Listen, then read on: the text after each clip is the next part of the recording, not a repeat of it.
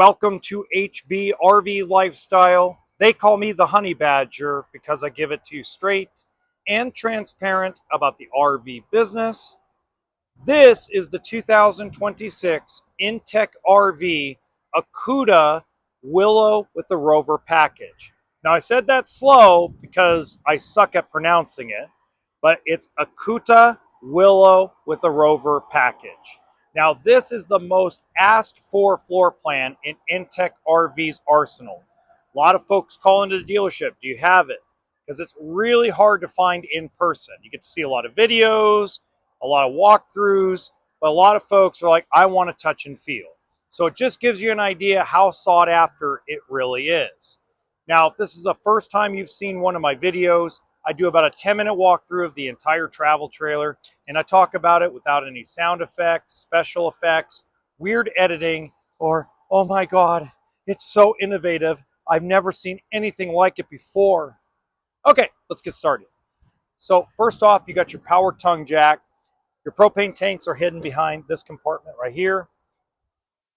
You can't tell, it's got a full aluminum chassis, front windshield, and actually there's a protectant for the window, the front window, when you're traveling. It actually snaps on and slides onto the window so you don't prevent it from getting rocks smashing against it or anything of that nature. One other thing, I don't know if you can see it or not, but in the Soul and the Aucta, you'll see that the shell is a one-piece shell on each side. It's not broken up like a lot of other manufacturers, and it's a full aluminum frame. So basically, it has more aluminum in this trailer than probably, 90% of the manufacturers in the industry. Now, also take into consideration, this is Airstream's competitor. This is not your competitor to Rockwood or Keystone Cougar. This is a better built, better sealed trailer than Brinkley will ever be, than Rockwood Flagstaff will ever be. And let me put it this way, a lot of the technicians I talk to prefer to work on stuff like this because it's such high quality. So it gives you an idea, but it does come with a price tag. By the way, if you want pricing, I linked the website below. If you want actual pricing from your local dealer, Google your local dealer for this stuff. Now, it has the solar port right here for a briefcase solar panel, on-demand hot water heater, off-road style tires, 30 amp service. Now, one thing I will say, people ask me, well, what kind of batteries does it come with? It doesn't come with a battery. We put a marine cycle battery into it. Now, we order the Rover edition.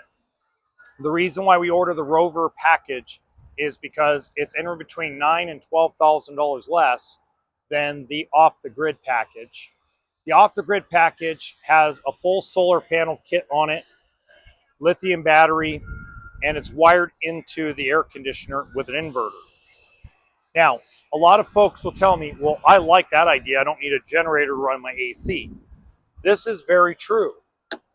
But if you start looking at some of the downsides, not the DIY guys that get paid by companies to promote a product, okay? I'm talking about you actually take a look at how long the air conditioner really lasts, and you look at the forums, unless you are just ridiculously saving power or you absolutely add on that to that battery pack, by the way, outside kitchen, 12-volt refrigerator, unless you absolutely add on, you know, probably another 10, 15 grand worth of equipment, you're really only going to get about 3.5 to 4 hours of the AC running on the battery power in perfect conditions.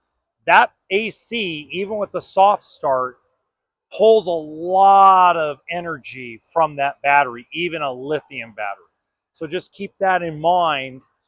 And so how I look at it is I'd rather have you get the 200 watt briefcase solar panel, more storage on that side, the 200 watt briefcase solar panel,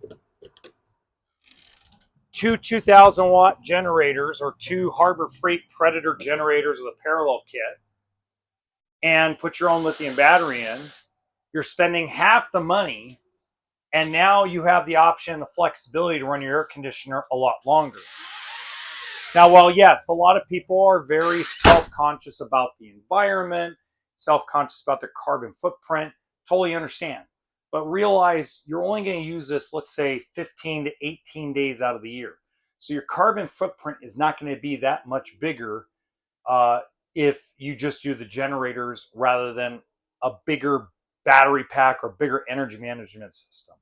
So as you can tell, the 2026s really haven't changed. The Sycamore I did earlier in the month, not much has changed at all. Colors are the same. U-shaped dinette's the same. That turns into a bed. You got cabinets, air conditioner with soft start. You got fantastic fans all the way around. Again, same storage, same cabinets. Everything's about the same as 2025, with the exception of, guess what, folks? Price increase. And that's because of tariffs, right?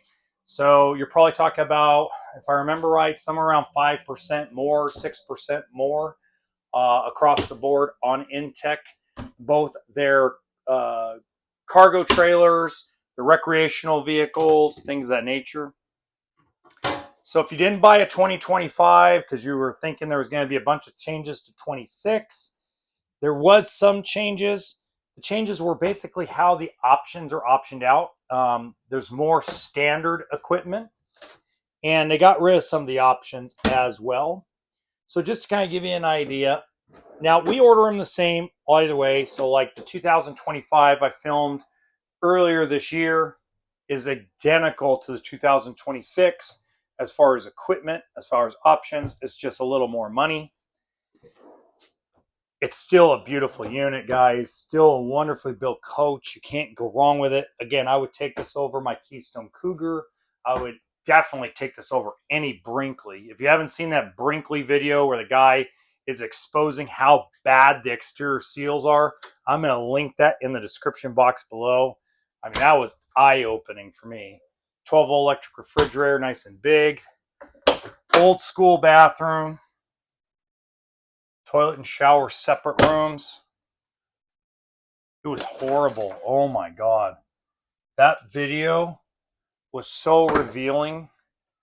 I mean, if you're thinking about a Brinkley and you're in an area that gets a lot of moisture, a lot of water, I would double think it before you did it.